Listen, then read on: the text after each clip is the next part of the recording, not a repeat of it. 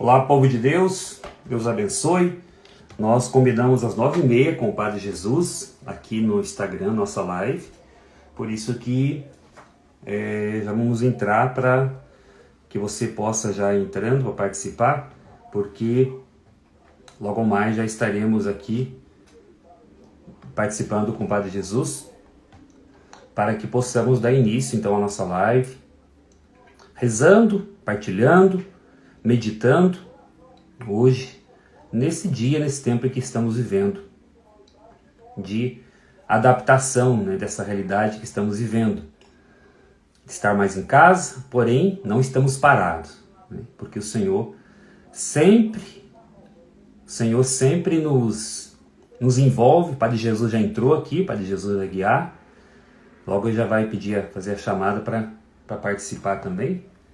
Volta aqui uns 2 minutinhos. Estou aqui já com São Miguel Arcanjo, quadrinho da Divina Misericórdia, está aqui atrás. Também o São Bento, a cruz, Nossa Senhora de La Salete, pedindo a intercessão desses nossos amigos, por cada um de nós. Essa imagem que veio lá do Monte Gargano, essa imagem, Deus abençoe aqueles que já estão pedindo a benção. Quando eu fiz um retiro lá no Monte Gargano, na Itália, quando morei na Itália, fiz um retiro lá, e essa imagem veio de lá, uma imagem muito bonita, por sinal, imagem de São Miguel, está aqui conosco para interceder por nós neste momento.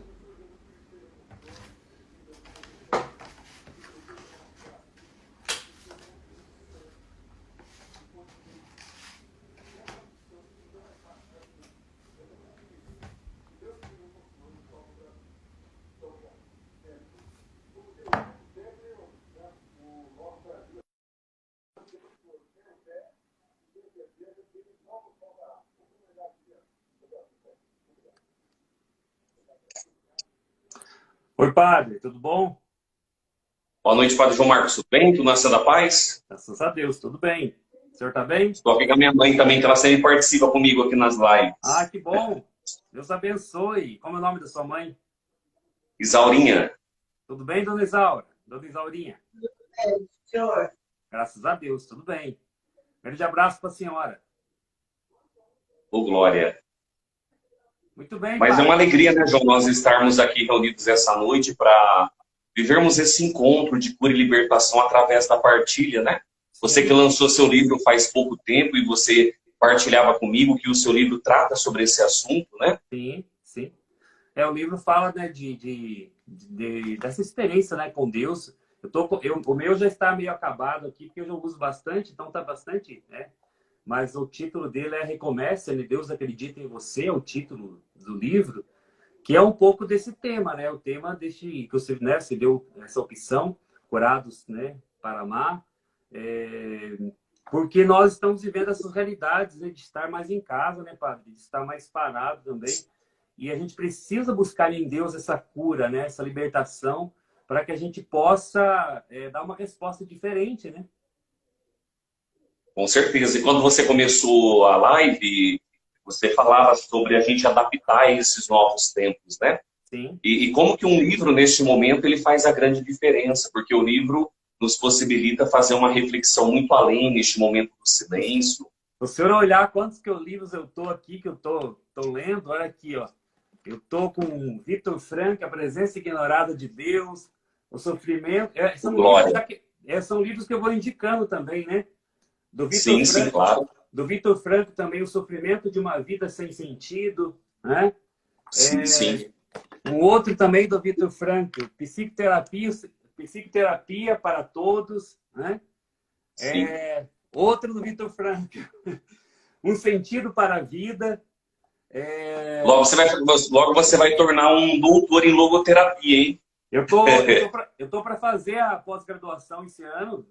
Agora deu uma parada, né? Mas eu vou começar a pós-graduação em logoterapia mesmo. Que bênção. Por isso que eu estou lendo também bastante Viktor Frankl, né? Mas tenho também outros aqui, né? Tem essa aqui, né? As 24 Horas da Paixão de Jesus, que é um livro bem interessante, que narra a paixão de Jesus, né? Sim, sim, sim. Um outro também aqui, Psicoterapia, Sentido da Vida, Viktor Frankl. Esse aqui, padre, esse livro aqui, é bem interessante. Creio que o senhor já leu também, do Anselmo Green, né? Anselmo Green, que Ah, é sim, sim. Perdoa a ti mesmo. Esse eu já li, também recomendo ele muitas vezes nas confissões, na direção espiritual. Sim, muito bom. Então, o senhor falou de livros, né? Sim, Livros, né? Eu tenho outro aqui também, que é o Poder da Oração Sincera. Conheça a Força Transformadora da Fé, Exemplo de Jabes, é esse livrinho aqui. E é sim, sim. interessante porque, logo o senhor vai falar também do senhor, a gente já logo começa a rezar também pelo povo. Ah, Sim, sim. este livro, né, chama O Poder da Oração Sincera, Conheça a Força Transformadora da Fé, Exemplo de Jabes. Quem era Sim, Jabes? sim. Quem era Jabes na Sagrada Escritura?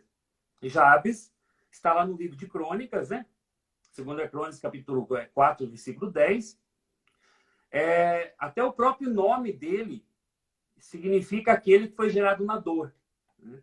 Olha que interessante. Então, o nome dele já é um nome que ele tinha tudo para ser alguém traumatizado. Tudo para Sim, ser, sim.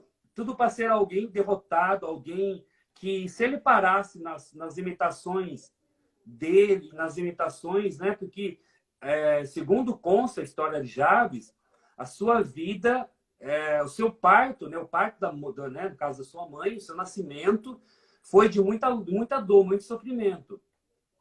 E o seu nome significa isso. Então, quer dizer, ele carregava no nome aquilo que significou para a mãe dele. Sim, sim. Só que Jabes, ao invés de ele ficar murmurando, reclamando da vida, das coisas, ele deu uma resposta diferente.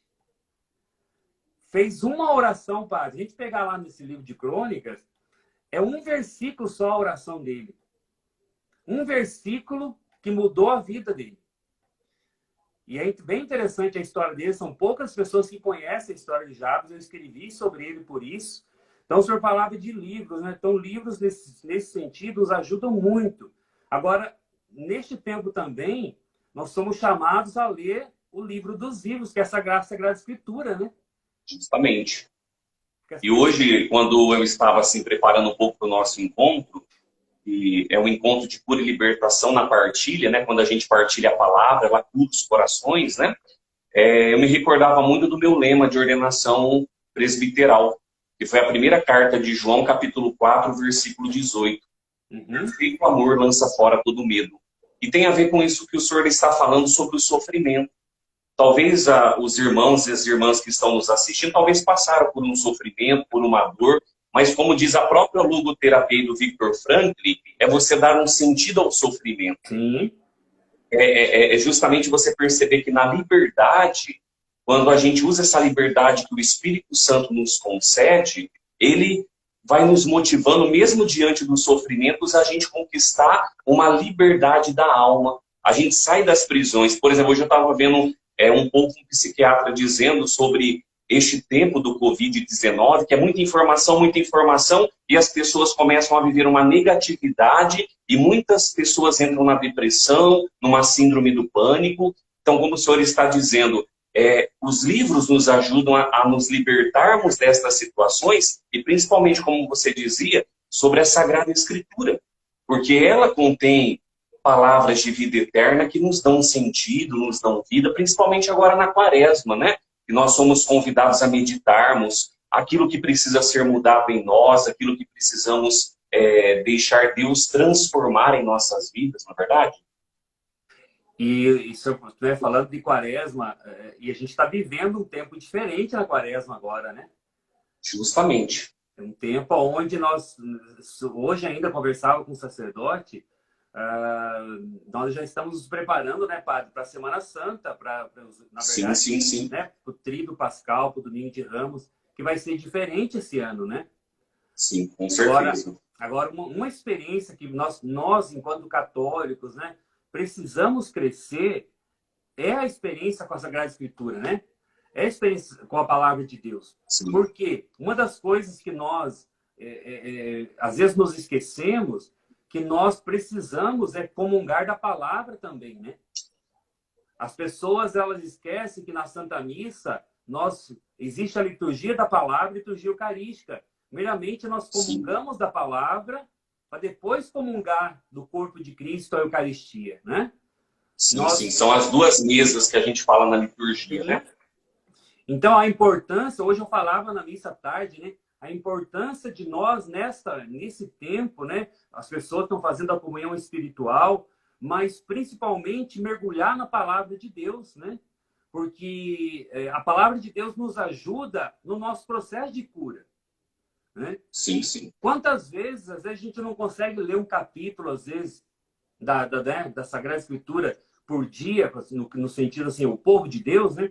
Nós já temos que preparar mesmo a homilia, então é diferente. Sim, sim. Mas, às vezes, com 2 versículos, como eu falei, Jabes, é um versículo, uma oração de um versículo, muda a vida da pessoa, né? Justamente. Porque a palavra de Deus tem esse poder, né, Padre, de transformar, porque eu sempre digo, né, para as pessoas, o Espírito Santo de Deus atualiza o mistério, né?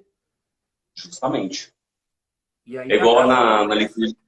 Justamente a liturgia de domingo, a segunda leitura, falava um pouco sobre isso. Abandonarmos as obras da carne e nos deixarmos guiar pelo Espírito de Cristo. E realmente o nosso processo humano de amadurecimento, ele passa justamente por isso. A gente se diz cristãos, se nós dizemos que acreditamos no poder de Jesus, nós não podemos então viver sem o Espírito dele. E quem nos leva a proclamar que Jesus é o Senhor é o Espírito Santo. Então eu digo assim, que nos acontecimentos da vida, quando tudo a gente vai lapidando através da palavra, hoje você teve uma perda de um ente querido, você passou por uma provação e você vai buscar um direcionamento na palavra de Deus, esta palavra vai dando um novo sentido, um novo norte. A semana passada eu estava fazendo um cerco de Jericó online aqui da paróquia, né? Legal. Então assim, quantos testemunhos eu recebi, ô Padre João, das pessoas dizendo assim, Padre, esse cerco para mim foi um despertar. Eu estava afastada da igreja, e ouvindo aquelas palavras ali, meditando o terço, aquilo me fez regressar. Olha que bonito, né? Experiência simples, mas que talvez o sofrimento causado por este tempo foi assim um pretexto para que a pessoa buscasse ao Senhor. Olha que interessante. Sim, sim. E eu vi a canção nova, né? Eu digo assim, há um tempo atrás, tinha até pessoas que criticavam os meios de comunicação, né? Ah, para que isso, que não sei o que tem gasto. Mas olha, se não fosse os meios de comunicação hoje. Eu estava vendo uma reportagem sobre picos de audiência, como que as TVs católicas aumentaram a sua audiência nesse período em que as pessoas não estão podendo participar da Santa Missa presencialmente. Olha que bênção de Deus. Sim. É como diz o Padre Jonas, né? Ele tem de gerar uma nova geração, homens novos e mulheres renovados, né? Pelo poder do Espírito.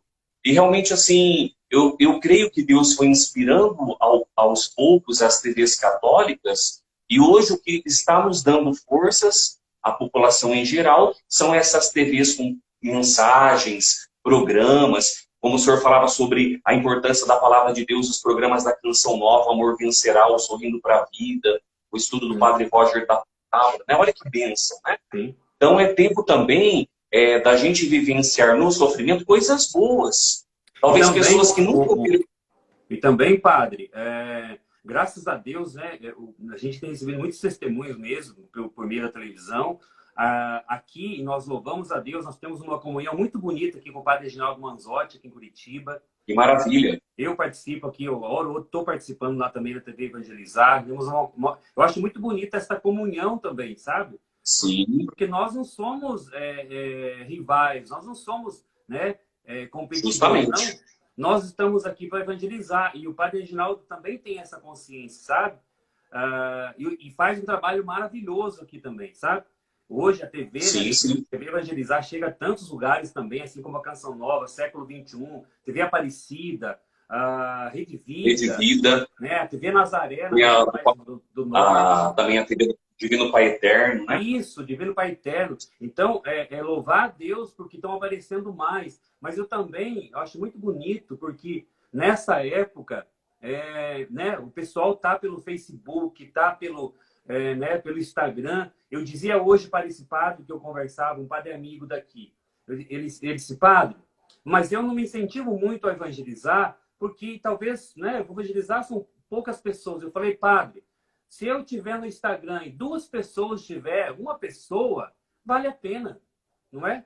Justamente. Porque é uma pessoa que você está evangelizando. Então, nós não podemos parar em números. É importante. Quando o senhor me Justamente. chamou para a live, eu falei assim, nossa, que bom, vamos fazer, porque é a oportunidade de nós falarmos de Deus para o povo, de nós falarmos, né, da palavra, de incentivar né, o povo. O povo vai mandando mensagem aqui, eu vou acompanhando, né? Sim, sim. Eu só vou repetir a palavra, eu falei errado. Eu falei segunda Crônicas, na verdade é primeira Crônicas. Teve uma pessoa que perguntou aí qual era a palavra. Então é primeira Sim. Crônicas, capítulo 4, versículo 10. Primeira Crônicas, capítulo 4, versículo 10. Vou até ler a oração de Jabes. Jabes Sim. invocou o Deus de Israel, dizendo: tomaras que me des a bênção, que aumente o meu território, que tua proteção me acompanhe, que afaste de mim o mal, de maneira que não tenha de sofrer. E Deus atendeu-lhe o pedido. Essa foi a oração Sim. dele, né? Então, o que eu acho bonito, né, nessa oração de Jabes, padre, é que Sim. ele tinha os seus traumas, tinha a sua história de vida, né, uma história cheia de traumas, cheia de limitação, porém, na oração dele, ele começa na oração dizendo assim: tomaras que me dê a bênção. Ele não Sim, começa sim. pedindo algo a Deus. No sentido assim, ele não começa pedindo a cura ou a libertação, ou começa reclamando. Ele começa Sim, pedindo sim. a Deus a bênção, Olha que né? maravilha. Eu gosto de uma outra passagem que está lá no livro, deixa eu ver se eu pego aqui rapidinho, no livro Sim. acho que é Efésios, Efésios capítulo 1, no versículo 3, que diz assim: bendito seja o Deus e Pai de nosso Senhor Jesus Cristo, que nos abençoou com toda a bênção espiritual dos céus em Cristo Jesus nosso Senhor. Olha que bênção. Efésios 1, 3, né? Sim, Quer sim. dizer, em Cristo Jesus nós fomos abençoados com toda a bênção espiritual dos céus, né? Quer dizer, Sim. Eu acho muito bonito também esse contexto que você está dizendo sobre o Primeiro Testamento, né? O Antigo Testamento, que fala sempre disso, né? Essa busca constante do povo em reconciliar com o Senhor. sim, E ele acolhe esse coração sincero e então as bênçãos vêm através, vamos falar desse processo reconciliatório, né? uhum, E você falando, me veio muito forte, o Padre João, também a carta aos Hebreus, no capítulo 11, versículo 1, que fala assim: a fé é o fundamento da esperança, é uma certeza a respeito do que não se vê. Olha que interessante. E é dentro desse contexto que o senhor está dizendo, né? Quando a uhum, gente se coloca na presença de Deus, a gente não pede, mas a gente só se coloca na presença dele, reconhecendo quem ele é em nossa vida. sim. Então as bênçãos de Deus começam a ser derramadas sobre a nossa E eu acho história, que né? mais ainda, né, padre? Reconhecendo que nós somos uma bênção de Deus. Justamente. Porque ali na Nós palavra somos dele, imagem e semelhança dele, né? Você gostava muito do termo do Marcial Massaneiro, lembra? Imago Dei, sim, sim, sim. imagem de Deus. E tanto é que eu trabalho bastante aqui nesse livro Recomece, Deus Acredita em Você, eu trabalho Sim, bastante essa realidade. Porque, padre, por que eu escrevi o livro? Porque sim, por que me inculcava bastante? Eram as pessoas que vinham à confissão, ou uma direção espiritual, ou quando ia pregar um sim, retiro, sim, a pessoa dizia: padre, eu já até confessei esse pecado, eu sei que Deus me perdoou, mas eu não consigo me perdoar. sim, Sabe? sim, Este processo, porque a gente tem consciência de quando a gente pede perdão para Deus, quando a gente faz uma boa confissão, né? A gente é perdoado, né? sim, sim, Acontece ali a reconciliação com Deus, com a igreja, com os irmãos, né? A gente volta à amizade com Deus, acontece ali a ressurreição espiritual. Tudo isso é fruto da confissão. Porém, padre, o senhor sabe disso, a gente atende o povo, atende confissão, direção sim, espiritual. Este processo, que é um processo também psicológico, né? De sim, sim, reconciliação consigo mesmo, ele é mais difícil do que a reconciliação com o outro. sim, sim, Porque se eu consigo me reconciliar com as minhas qualidades, com as minhas fragilidades, buscando, né, melhorar sempre, tudo, eu consigo dar passos, eu consigo crescer. Se eu paro, né, se eu paro dos meus traumas, se eu paro das minhas limitações, eu fico preso, não é verdade? Justamente. É como a pessoa que está naquele redemoinho, naquele atoleiro, parece que a pessoa não consegue, não é? Fica naquele círculo, né?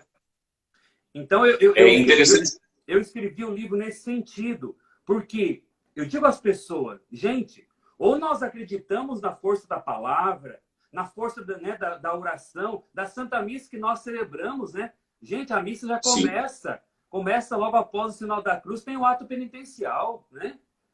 A oportunidade que Deus nos dá de nos reconciliar, né, com Deus, conosco mesmo. Então, e o título ficou, né, Recomece, Deus acredita em você. Porque às vezes, né, nós até sabemos que Deus acredita em nós, mas ele tem esse processo de saber e cair no coração, não é? Aí é um processo, né? Isso é muito interessante que hoje, na hora que eu estava preparando aqui o encontro, me vinha muito a figura do Padre Léo, da Canção Nova, né, e também do Padre Rufus. Sim. E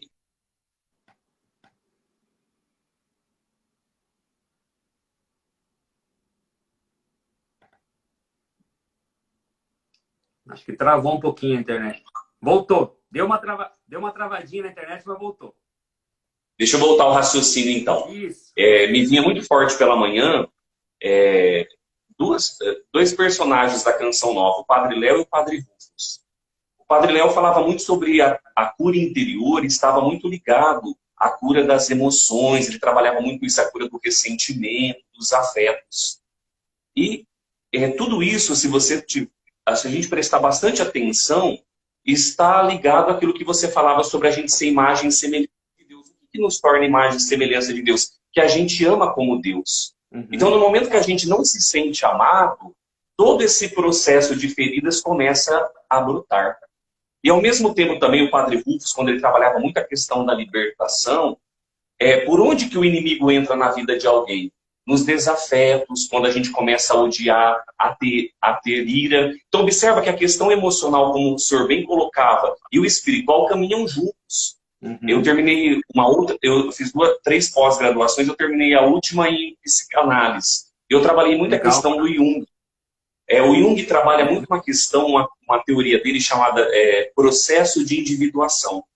Então, o que seria essa teoria para ele? É o processo da gente chegar ao mais profundo de nós mesmos. Então, para o Jung, tudo que nos acontece, as alegrias, as tristezas, as perdas, quando a gente olha isso como um caminho de amadurecimento, a gente abraça, a gente aceita esses acontecimentos, aquilo vai sendo transformado. E para mim, dentro dessa perspectiva teológica, o maior processo da individuação é quando a pessoa também reconhece que ela tem um Deus que a ama, que é um Pai que tem esse amor. Então, quando a gente coloca diante de Deus as nossas frustrações, nossos traumas, nossos medos, a gente deixa esse poder do Espírito Santo agir em nós, é quando eu creio que ali começa a acontecer a cura das feridas e, ao mesmo tempo, as libertações espirituais na vida da pessoa. Isso vem muito forte, assim, hoje pela manhã. Eu acho que, nesse sentido, o senhor pode contribuir mais ainda, né? Porque as perguntas aqui que estão chegando, né? São nessa linha da cura, da libertação, né? Que a gente sabe, né? Não é somente uma questão... Existe a questão que ela é espiritual, né? Sim, sim. Existe uma parte que é do demônio, que é do maligno, mas sim. Não é só espiritual. Existe uma questão também que é psicológica, que é da pessoa. Como lidar com essas realidades? Eu acredito assim. Veja bem, se na própria psicologia nós estudamos a questão dos processos psicossomáticos, o que são os processos psicossomáticos? Eu começo a desenvolver muita ansiedade ou preocupações, eu vou descarregando isso no meu corpo e aquilo vai gerando um mal-estar.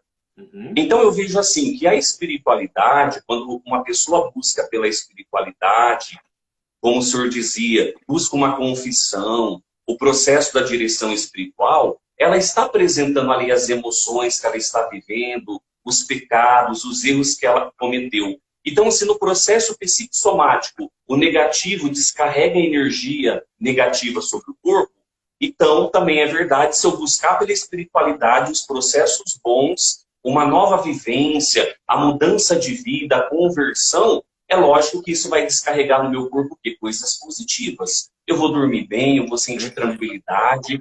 Então, isso é muito importante a gente ter isso em mente. E eu digo assim, se você vive uma boa espiritualidade, você vive uma boa vivência emocional. Então, uma coisa, ela é muito, eu digo assim, há uma linha muito tênue entre espiritualidade e emoção. É lógico, como o senhor disse, eu não posso jogar tudo para o espiritual, senão acaba sendo aquilo que Freud falava, uma crítica que ele fazia. Às vezes eu projeto na espiritualidade aquilo que eu não quero resolver como ser humano. Isso mesmo. Então, como dizia o filósofo Sartre, o meu inferno são os outros. Então é fácil dizer isso. Mas veja, no cristianismo a gente é convidado a uma mudança de vida. Eu acho muito interessante nos mistérios luminosos, no terceiro mistério luminoso, o que a gente contempla? O convite à conversão e o anúncio do reino de Deus. Se eu quero mudar, qual que é a primeira coisa que eu tenho que fazer? Eu reconhecer que tem processos em mim que precisam ser curados. É como o senhor dizia lá no começo, falando sobre o livro das crônicas, o personagem. Veja, não era prender-se ao sofrimento, mas ele acreditou no poder de Deus. Mas não foi só uma diferente, né, padre? Justamente. Então, quando eu creio em Deus, Deus me fortalece, a força vem de Deus. Olha, eu me sinto fortalecido, Deus está ao meu lado. E ele me motiva, então, a ser um homem novo, uma mulher nova, né? Padre, tem uma pergunta aqui. O espiritual é ligado no emocional? Não entendi. A pergunta que está ali. O espiritual deve ser assim, está ligado ao emocional? Eu acredito que sim, porque o ser humano ele não pode ser visto assim totalmente separado. Nós temos um corpo, mas nós temos uma emoção e nós temos uma espiritualidade. Segundo alguns seguidores de Jung, a espiritualidade é o núcleo mais profundo do ser humano. Então não tem como a gente seccionar, a gente se separar. A gente é um todo. Sim. Entende? Então veja bem, eu acredito assim, quando você trabalha a espiritualidade, você trabalha bem sua emoção, o seu corpo está bem. Se você busca também trabalhar as suas emoções, se você está bem emocionalmente, isso te leva a rezar melhor, a ser uma pessoa mais aberta a Deus. Agora, se eu sou uma pessoa ressentida, magoada, eu vou lá, eu confesso, mas eu não vou se sentir perdoado. Eu comungo na missa, mas aquilo ali vai ser uma hipocrisia. Então, eu tenho que me conscientizar desse processo. Então, há uma ligação. Eu digo assim, é uma simbiose. Uma coisa não existe sem a outra, né? Agora, é uma coisa muito concatenada. Eu acho que também é importante a gente falar aqui, porque às vezes as pessoas confundem, né? Sim. Importante falar que espiritualidade não quer dizer que está ligada à emoção no sentido do emocionalismo, né, padre? Justamente. Justamente. O sentimentalismo, aquela coisa, eu tenho que sentir todo momento. Sim. Não é isso, né? Não. Até Madre Teresa de Calcutá, ela vai dizer que em grande parte da vida dela não sentiu Deus. Isso mesmo. Santa Teresa de Ávila também dizia que ela viveu um deserto espiritual. Verdade. Então, veja, quando a gente está falando aqui das emoções, as emoções, ela está ligada na questão dos sentidos. Veja, eu amo as pessoas, eu sou amado, eu me deixo amar, eu tenho gestos de solidariedade. Veja, tudo isso faz parte da emoção. É o coração, é os sentimentos, né? Não é o sentimentalismo, porque todos os ismos é perigoso, né? Dá uma ideia meio que de fundamentalismo. Não é disso que nós estamos falando. Nós estamos falando de um equilíbrio, né? Que faz parte da vida humana. Todos nós temos emoções. Olha o Evangelho. Jesus chorou pelo seu amigo Lázaro. Final de semana, né? Quer dizer, justamente. Então ele tinha um sentimento. Todos temos sentimentos. Nós somos seres que nós nos diferenciamos dos animais porque nós somos racionais e temos a capacidade de nos aperceber nos nossos sentimentos, na nossa espiritualidade, né? Então isso é muito bacana, essa pergunta da maneira com que o senhor colocou, né? E outra coisa, assim, né? Hoje eu estava meditando um pouco sobre o meu livro. O meu livro... A gente falou do livro, mas o senhor não falou do livro do senhor. Qual que é a temática do livro do senhor? Eu escrevi 2 livros, né? É O Amor que Cura e que Liberta, foi o primeiro livro que eu escrevi, e o último agora é Ser Feliz, quando o olhar de Deus se encontra com o olhar humano. Legal. E nesse segundo livro, que vai mais ou menos também na mesma linha do que o senhor escreveu, eu trato um pouco esta questão, né, das emoções, da espiritualidade. E um dos pontos chaves ali que eu trabalho no livro é justamente quando Jesus olhou para Zaqueu. Então, veja, esse olhar de Jesus que ele lançou sobre Zaqueu naquele momento que eles cruzam os olhares ali, veja, aquele olhar teve um poder de impactar Zaqueu muito profundamente. Talvez ele era visto como um publicano, uma pessoa malquista na sociedade, porque ele cobrava os impostos e cobrava mais. Mas no momento que ele tem o olhar de Jesus, não era alguém que olhava para condená-lo, mas era um olhar que lhe trazia salvação. Então, quando no meu livro eu trabalho um pouco essa perspectiva, quando o ser humano se deixa ser olhado por Deus, e esse olhar não é só apenas na dimensão do sentido de olhar, mas no sentido de ser envolto por Deus, que acontece o encontro, como o senhor estava dizendo sobre a confissão, né? Quantas vezes a pessoa se confessa, mas não se sente perdoada? Talvez, quer dizer, ela foi ali por um gesto, e talvez aquele gesto foi meio que mecânico, como preceito, mas ela não se deixou encontrar por Jesus, como diz o Papa nas suas encíclicas, né? Então, quando a gente se deixa olhar por Jesus, quando o olhar de Deus se encontra com o nosso olhar humano, aí acontece aquilo que São Paulo diz, a metanoia, uma mudança de mentalidade. E olha, eu sinto que Deus está do meu lado, e não é um sentimentalismo, mas eu sinto que aquele que me criou, aquele que me amou desde toda a eternidade, ele está presente na minha vida mesmo nos momentos mais difíceis. E é ele que me motiva a ser uma pessoa diferente. Então aí a gente percebe esse encontro pleno da espiritualidade com as emoções. No sentido, no momento que eu me sinto mais amado, mais perdoado, eu me sinto livre. Qual que foi a atitude de Zaqueu depois que ele teve o encontro com Jesus? Ele vai devolver aos outros aquele que ele havia defraudado. Então, observa, esse olhar de Jesus, quando ele entra em nós, o Padre João Marcos, ele causa uma transformação. A gente não é apenas uma questão teórica, uma questão emocional, mas é uma questão de atitude. Sim, com certeza. Então, isso é muito interessante a gente perceber, né? Sim, e eu acho que também, o padre, essa questão, né, de escrever né, nessas linhas né, de levar o povo a tomar consciência dessas graças, né? Nossa igreja é muito rica, muito abençoada. Estou vendo o povo comentando aí, né, que tá gostando, né, da live. Nossa igreja é maravilhosa, só que às vezes as pessoas parecem não despertaram, né, para essas bênçãos, né? Ou para a própria missa, né, que é a maior e melhor oração que nós podemos fazer. Às vezes a pessoa entra na missa, eu falo às vezes, né? Entra, comunga da palavra, comunga da Eucaristia, sai da missa, parece que nada mudou.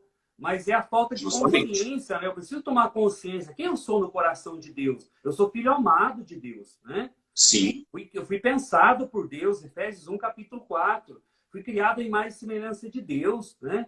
Foi derramado em mim o Espírito Santo, está lá em 1 Coríntios 15, 1 Coríntios 3, 16, né? O Espírito Santo de Deus está em mim. Acaso não sabeis que sois templo de Deus, o Espírito de Deus habita em vós? Quer dizer, tudo isso para dizer que o Senhor pensou em cada um de nós, o Senhor nos criou. E se Deus nos quis, né, neste mundo, quer dizer, existe uma missão para cada um neste mundo, né? Existe uma pergunta que eu faço sempre às pessoas, quase sempre, nas pregações, o que eu tenho feito, com a minha vida, né? Qual o sentido do meu viver? Qual o sentido de estar neste mundo, né? Por que será que eu nasci neste tempo, neste século, né? Alguns talvez no outro século, né? Século XX. Mas por que eu nasci? Eu também no século XX, né? Lógico, em 77. Mas por que eu Geração nasci... João Paulo II. Geração João Paulo II. Mas por que eu nasci neste tempo e não nasci no século XV, por exemplo, né?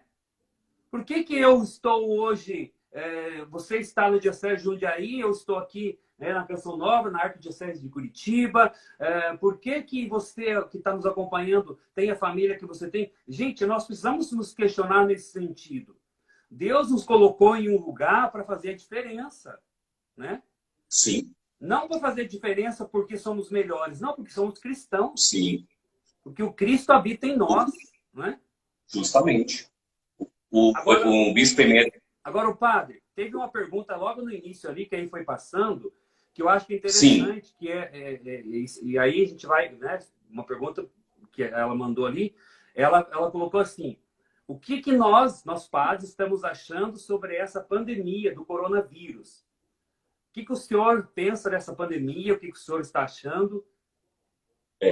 para mim, assim, a experiência que eu estou fazendo é uma experiência realmente, talvez, de viver um tempo quaresmal mais forte.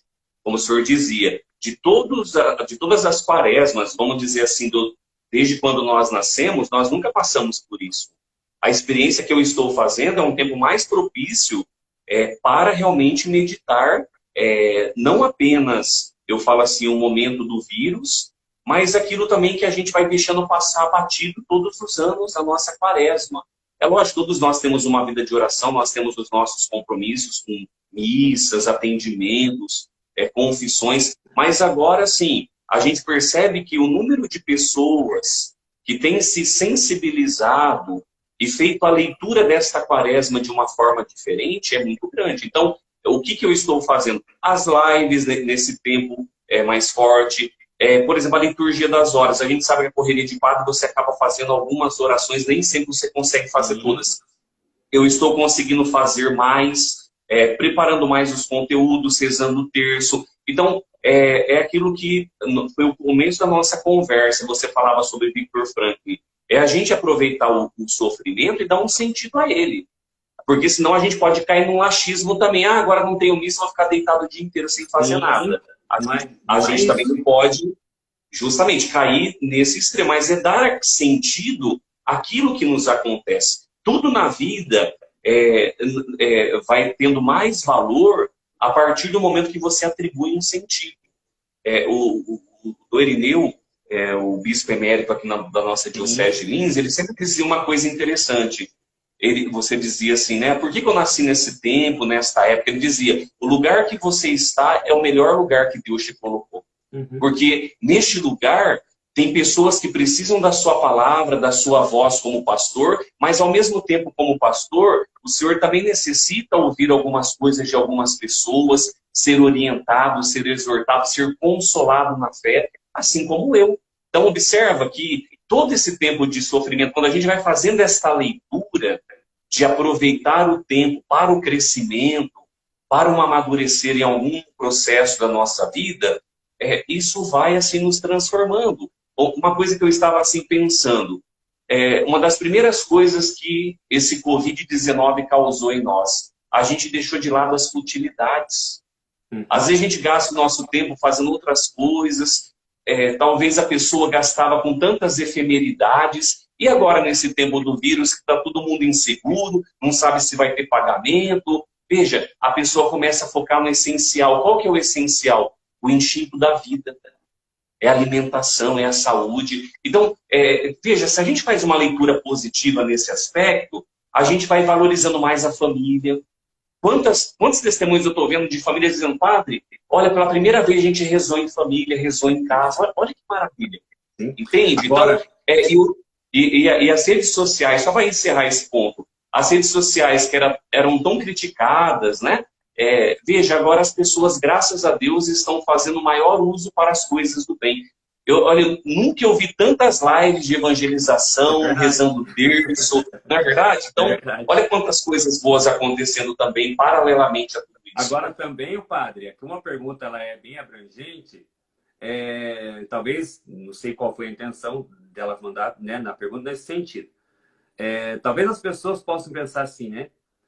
Esse coronavírus, né, foi um castigo de Deus, porque a humanidade estava virando as costas para Deus, e aí então Deus, como no Antigo Testamento, né, vamos castigar Sim. o povo para ver se o povo se converte, muda de vida. Então, vamos mandar um vírus aí para... Né? Por quê? Por que eu estou falando isso? Porque tem gente que pensa assim. Sim, sim. Talvez, sei lá, né, pensando alguma outra coisa. O que eu peguei aqui?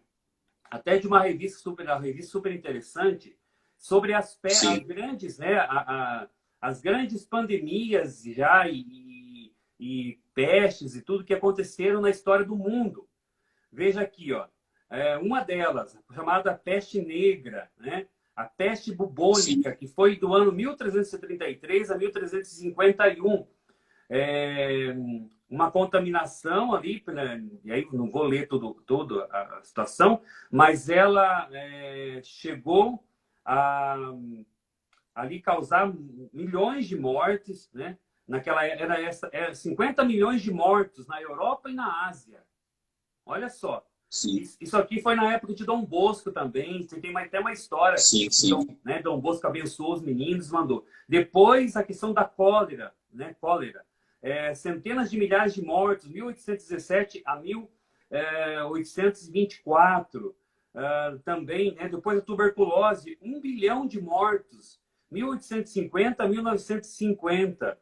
A varíola, 300 milhões de mortos, 1896 a 1980. Depois a gripe espanhola, 20 milhões de mortos, 1918 a 1919. Depois a tifo, 3 milhões de mortos, Europa Ocidental e Rússia, 1918 a 1922. A febre amarela, 30 milhões de mortos, Etiópia, 1960 a 1962. Sarampo, 6 milhões de mortos, até 1963. A malária, 3 milhões de mortos, desde 1980. A AIDS, 20 milhões de mortos, desde 1981. E assim, é o resumo das grandes, né, epidemias e pandemias, grandes epidemias ao longo da história. Por que eu peguei esses dados aqui dessa revista super interessante aqui na internet? Isso para dizer que não é a primeira vez que está acontecendo Com certeza. Oi? Com certeza. Não é a primeira vez que está acontecendo uma epidemia, uma pandemia na história da humanidade, né? Essa veio, aconteceu... Gente, uma coisa que as pessoas precisam entender é que Deus é bom, não é? Justamente. É que Deus é amor, né? A primeira carta de São João, capítulo 4. Deus é amor, né? Amor. E Deus não vai deixar de ser aquilo que Ele é, né? Não, Deus... Inclusive, quando você estava falando sobre essas pandemias que ocorreram ao longo da história, quando você falou da cólera, mais ou menos 1832, foi quando Nossa Senhora das Graças apareceu a Santa Catarina de Labouré. E foi quando ela disse, olha, as pessoas que utilizarem essas medalhas abençoadas, eu estarei segurando em suas mãos e as livrarei. Então, eu penso pelo contrário.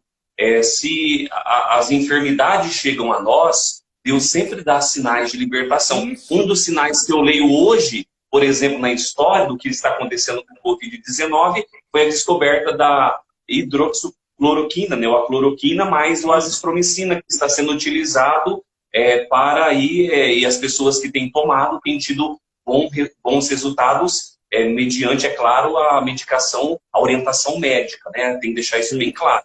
A pessoa não pode ir tomando, é o médico que tem as dosagens corretas. Então eu vejo, se ao mesmo tempo acontece o mal, Deus, através do seu amor, da sua bondade, na sua providência, Ele vai providenciando coisas para sempre libertar o ser humano. Então essa é a leitura teológica que eu faço no momento. Não é que Deus não manda o mal. Senão, se a gente tiver essa ideia de que Deus manda o mal, nós vamos descaracterizando tudo aquilo que nós cremos. Sim. Porque nós dizemos que Deus é amor, que Deus nos criou por amor, mas peraí, como que esse Deus cria por amor e Ele manda essas situações? Uhum. Eu acredito que tudo isso faz parte da cronologia humana, da biologia humana. Veja, hoje eu estou bem, amanhã de repente eu fico gripado. Né, padre? Justamente. Hoje eu vi uma notícia boa também, né? Dizendo sobre a camada de ozônio. Veja, tanto tempo atrás a gente emitia muitos poluentes e depois de um certo tempo foi se cortando alguns compostos químicos ali que eram enviados para a camada de ozônio e houve uma recuperação da camada de ozônio. Olha que bênção. Então, quer dizer, quando a gente vai se conscientizando daquilo que a gente tem que mudar e a gente vai se convertendo, Deus ele também age através da nossa liberdade humana. Por exemplo, um monte de gente morre aí justamente pelo mosquito da dengue. Sim. Talvez uma das maiores mortes. O que você tem que fazer? Limpar o seu quintal, não deixar água parada. Então é aquilo que lembra quando a gente estudava, eu e o padre João Marcos, nós estudamos juntos na teologia lá na Faculdade Doniana. Eles sempre diziam isso, a vida é dom, mas é tarefa humana. Sim. Isso é uma verdade. Sim, sim. Deus te deu a vida, mas você tem que cuidar da sua vida. Você precisa cuidar da sua vida, né? Precisa Justamente. cuidar da sua vida, cuidar da sua saúde, cuidar da sua alimentação, né? Sim. Então, Isso é nesse sentido mesmo, padre. Por quê? Porque Sim. nós precisamos, mesmo agora, né? Qual é o pedido? O pedido é: cuide, fique mais em casa, né? Cuide, lave as mãos, Sim. Cuide quando você sair, quando você voltar. Quer dizer, nós precisamos, ao mesmo tempo que nós somos pessoas espirituais, somos de Deus, rezamos, buscamos, mas tem um outro. Eu estou com a mesa aqui, né? Eu estou esse quarto aí, é o quarto de visita, eu uso para estudar. Você trouxe uma biblioteca aí, hein? É por isso que eu montei aqui a parte de estudo. Eu estou com outro livrinho aqui, que o senhor conhece muito bem, que é a Fides et Ratio, né? Sim. Bem conhecido sobre a fé e razão, né? Por quê? Sim, sim. E ele fala aqui o que né? Joga logo no início. A fé e a razão constituem como que as duas asas pelas quais o espírito humano se eleva para a contemplação da verdade. Quer dizer, Sim, sim. se eu sou só a fé, eu vou ser fideísta, né? Se eu sou só a razão, eu sou racionalista. É como um pássaro, somente com uma asa, né? Ele fica rodando num lugar só, né? Justamente. Por isso que o documento fala, né? A fé e a razão são como as duas asas que alçam o voo em busca da verdade. Quer dizer, nós não podemos ser só a fé no sentido de tirar a parte humana, de tirar a nossa razão. Não, não é? Acho que as duas coisas precisam caminhar juntas.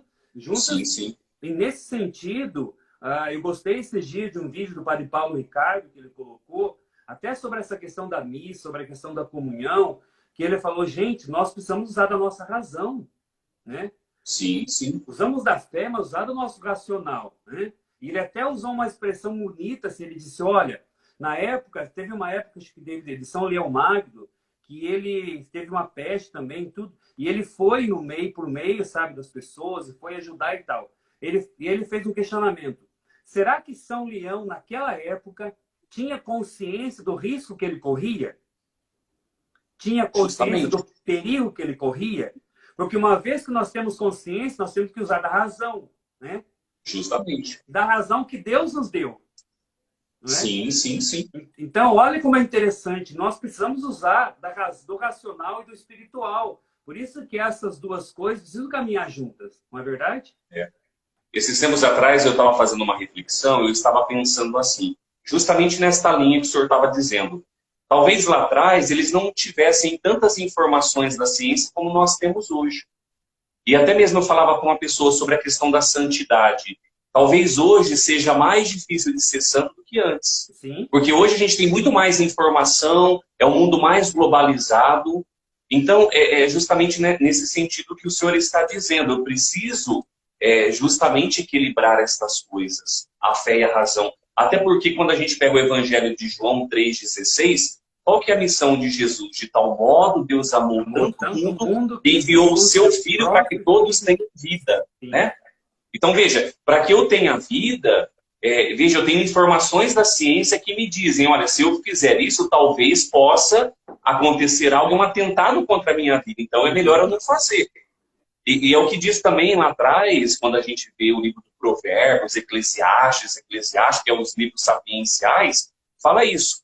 Veja, quando a gente se deixa levar pela sabedoria de Deus, essa sabedoria ilumina a nossa inteligência humana. Olha que interessante. Dentro dessa ótica que você está apresentando. Né? Então isso é muito interessante, a gente não ir para os extremos. Os dois extremos são perigosos. Sim. Então eu digo assim, a fé, quando ela realmente é impulsionada por Deus, ela nos leva justamente a esse equilíbrio que a Fides et Ratio fala. E até acho que no capítulo 1º, o Papa João Paulo II, ele dizia uma coisa interessante. A gente sempre se perguntou por nós mesmos, a nossa origem, de onde nós somos, para onde nós vamos. Então, a fé nos impulsiona, mas a ciência também nos ajuda a entender esse caminho que nós fazemos em direção à eternidade. Olha que interessante. Sim, sim, é isso mesmo. Então, é uma coisa, é bonito de se ver, né? Eu digo assim, não precisa ter uma guerra. Ah, eu sou só da fé, eu sou só da razão. Não. Na verdade, aquilo é um pouco daquilo que você perguntava no começo. É sobre a questão da espiritualidade e das emoções. São separadas? Se a gente começar a separar, a gente começa a viver um dualismo platônico. Sim. Entendeu? Ou só o corpo ou só a alma. Não. Sim. Mas a gente pode viver a dualidade, que é justamente o encontro das duas coisas e a lapidação. Deus quer o amadurecimento do ser humano, Deus quer que o ser humano cresça, que o ser humano amadureça, que ele cresça nas suas emoções, na sua espiritualidade, porque Deus nos criou para a vida feliz. Eu acredito que a vida feliz seja justamente isso. É da vida que Deus nos deu, esse mundo, olhando o mundo aqui, não como mentalidade do mundo, o mundo como obra criada. Veja, tudo que Deus viu, ele viu que era bom. Então, Deus criou o mundo para o ser humano para que ele, neste mundo, pudesse ser bom, ser feliz, como o senhor dizia naquela fala. Por que a gente nasceu nesse tempo? Para a gente ser canal de Deus, para a gente inundar o mundo com a sua misericórdia, para que a gente possa ser ponte para os outros, não sinais de condenação ou de colocar fardo sobre os outros, mas ao contrário, para que nós sejamos sinais de libertação na vida do nosso próximo, né?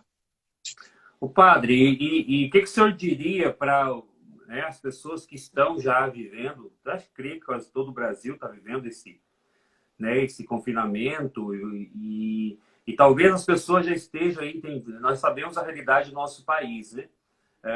Sim. Muitas famílias, talvez já com uma semana aí que nós estamos parados, 2, talvez já estão ficando já preocupadas.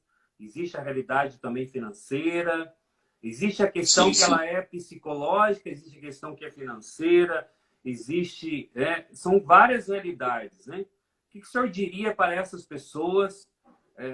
Como lidar com tudo isso, né? Englobando essa parte do espiritual, né?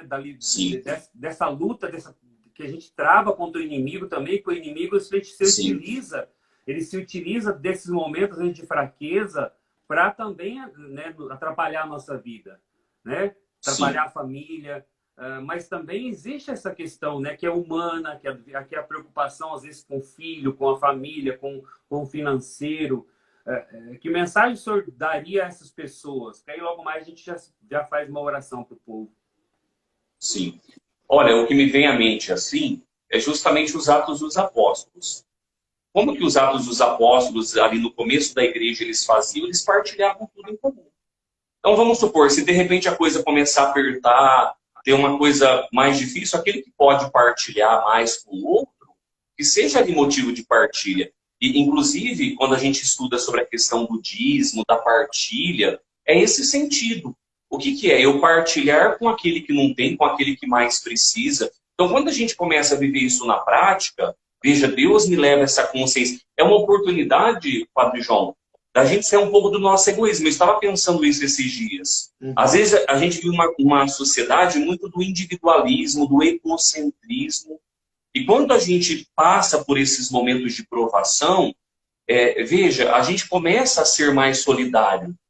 Por exemplo, eu estava vendo umas reportagens, neste tempo aí do Covid-19, quantas empresas começaram a partilhar as coisas? Uma empresa de álcool gel começou a doar álcool gel. Algumas padarias deixando uns pães. Olha, quem não puder pode pegar. São gestos bonitos, dizendo que a partilha também, o caminho do Evangelho.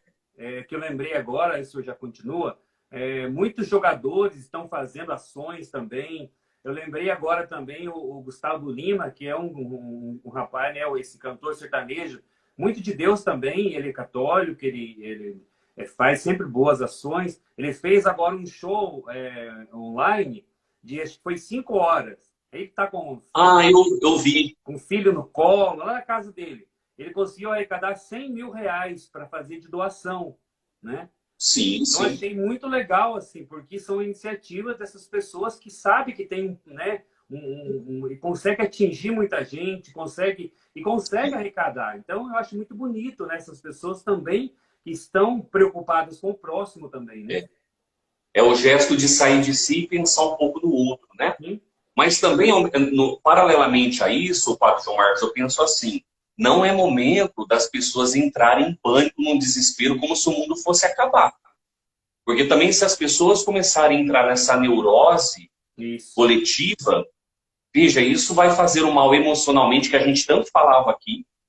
A pessoa vai começar a criticar Deus, porque nós temos essa tendência. Quando as coisas não dão certo, a gente quer jogar a culpa em Deus. A gente já acabou de culpar o ser humano, a gente começa a culpar Deus. E não é o caminho. Eu digo assim, culpas e cobranças não levam a gente a lugar algum. O que leva a gente, de fato, para frente é a gente saber entender e compreender o momento presente.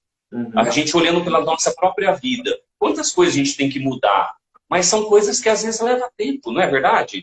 Então eu digo assim, cada dia Deus dá uma experiência. É aquilo que eu dizia um pouco, é a gente saber tirar um bem maior do mal que está nos acontecendo. O que eu estou aprendendo? O que Deus está me ensinando? Principalmente esse ponto, da gente sair do individualismo, do egoísmo, e a gente viver esse tempo da partilha mesmo com aqueles que de repente nada possuem. Então, isso é um gesto que é muito interessante a gente viver. E é o princípio do cristianismo. As primeiras comunidades partilhavam tudo em comum.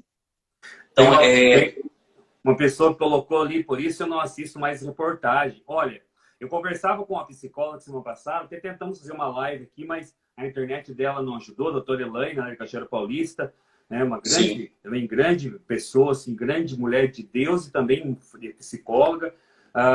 Ela nos falava aqui na live também dessa importância de eu não ficar em busca de muitas informações. Sim. Porque, padre, hoje são muitas informações que chegam pelo WhatsApp, pelo Facebook, pelo Instagram. Sim, sim. Aí os jornais, cada um tem uma linha, cada um dá uma informação conforme a linha que segue, né? Então, assim, eu particularmente, eu vejo hoje, na minha realidade hoje, eu vejo o jornal porque eu preciso estar informado, mas às vezes eu entro, eu leio, né? Eu leio o jornal ou eu assisto um jornal, porque sempre repete essas notícias. Sim. E às vezes as pessoas ficam atrás de notícias e tal, e as pessoas ficam doentes, né? Então, assim, já é provado, isso já é provado no universo do marketing, que o que vende são notícias negativas. O que dá ibope são notícias negativas. Mas se a gente começa a ir atrás dessas notícias negativas, o nosso coração, como disse o padre Fábio de Mello, se torna igual um terreno, um solo, um lixão. As pessoas só vão jogando coisas ruins e daqui a pouco a gente vive um sofrimento muito triste. Sim. Então, é o que o senhor está dizendo. A gente também não precisa ficar ilhado. Eu também prefiro ler os jornais escritos, porque você vai filtrando o que você quer ver. Em que sentido filtrando o que você quer ver? Você vai vendo o que é verdade, o que não é. Porque a gente também tem que ter o bom senso de perceber que muita coisa é fake news, tem muita politicagem no meio, a gente sabe disso. Então, a gente tem que filtrar, a gente tem que... É bom a gente se informar, mas a gente não pode entrar nessa neurose, porque senão a gente vai causando um desequilíbrio psíquico em nós mesmos, né? Padre, eu acho que nós podemos já rezar pelo povo, né? Eu tenho uma pequena oração aqui, estava até com ela, apareceu aqui em minhas mãos, achei bonita. Vou fazer essa oração, depois o senhor conduz uma oração também, né, Padre? O senhor é o exorcista da Diocese de Jundiaí? Isso. Então o senhor conduz uma oração depois de cura e libertação para o povo de Deus que está nos acompanhando aí. Esta oração é uma oração, né, pequena. Vamos começar com o nome do Pai, então, o nome do Pai, do Filho e do Espírito Santo. Amém. Vinde Espírito Santo com o Filho e com o Pai. Inundai a nossa mente, nossa vida iluminai. Boca, olhos, mãos, sentidos, tudo possa irradiar o amor que em nós pusestes, para os outros inflamar. A Deus Pai e a seu Filho, por vós dai-nos conhecer, que de ambos procedeis, dai-nos sempre firmes crer. Senhor Jesus, eu vos amo e creio no vosso amor por mim. Venho agora a vós e vos convido a entrar no meu coração, a ser o Senhor da minha vida. Jesus, Retirai toda a resistência que ainda está no meu coração e que impede o acolhimento da vossa graça. Senhor, eu quero rejeitar toda a raiz de pecado que está no meu coração e que é obstáculo a vós. Amém, Senhor. Amém. Amém.